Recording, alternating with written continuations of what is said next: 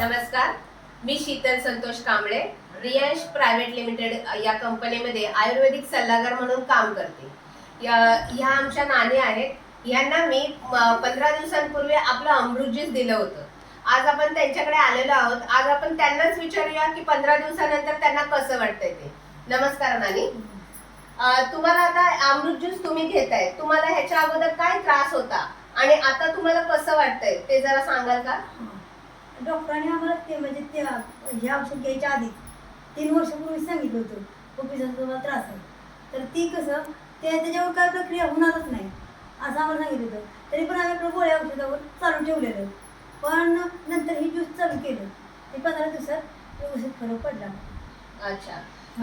फुफ्फुसां व्यतिरिक्त तुम्हाला अजून काही असा त्रास होता का ज्याच्यामुळे तुम्हाला फरक पडलेला आहे, तो आता जाणवतोय? जळवात होता, ऐकी सांधवात होतं, अच्छा, ऐकी मुळाचा त्रास होता. अच्छा, असं म्हणजे भरपूर आजार होते आणि असं म्हणजे छाती गुतल्या कमी जी व्हायची. अच्छा, दडपण आल्यानं फाटायचं. ती जरा कमी झालं. अच्छा, आता तुम्हाला बऱ्यापैकी त्याचा फरक पडलेला आहे. फरक पडला आणि आता भूक लागते महत्वाची. ओके, भूक लागते का? हा, भूक बी लागते. अच्छा, आणि आता हा कोर्स तुम्ही पूर्ण करणार आहे? हा, करणार. अच्छा, आणि अजून तुम्ही काय सांगाल, लोकांनी हे घ्यावं का? हा, घेतलंच पाहिजे.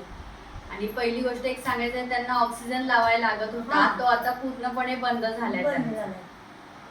हा सर्वात मोठा रिझल्ट आहे की त्यांना तो दमा लागत होता आणि ऑक्सिजन लावायला लागायचा, तो पूर्णपणे बंद झालेला आहे. एवढा छान रिझल्ट हा 15 दिवसात त्यांना आलेला आहे. आता तुम्हाला चालताना दम वगैरे लागत होता, तर तेव्हाचा फरक आणि आताचा फरक यामध्ये किती फरक पडलाय तुम्ही सांगू शकाल का? हो, खूप. म्हणजे कसं त्यावेळेला असं बाथरूम वर 3 वेळा बसायला लागायचं. ओके. आता एकदा पण नाही बसायला लागत.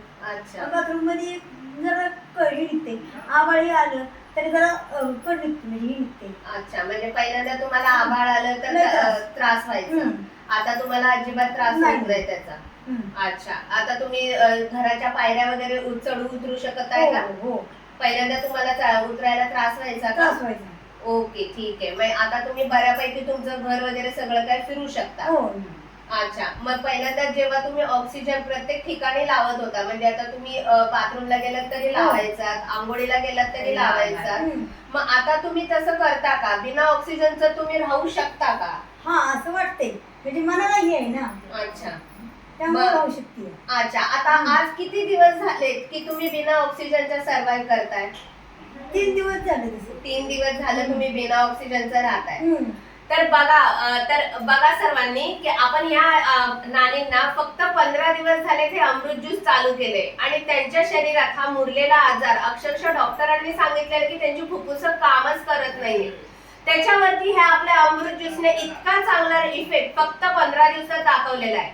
नुसता त्यांचा फुफ्फुसांचाच आजार नाही, तर त्याच्या व्यतिरिक्त त्यांचा संधिवात, जळवात, त्यांचे गुडघेदुखी, हे जे काही आजार होते, त्यांना धाप लागणं, अक्षरशः हे सगळे आजार आपल्या रियांश अमृत ज्यूसने खोडून काढलेले आहेत. तर तुम्ही देखील का मागे राहताय? तुम्ही देखील लवकरात लवकर या आणि संपर्क करा. धन्यवाद.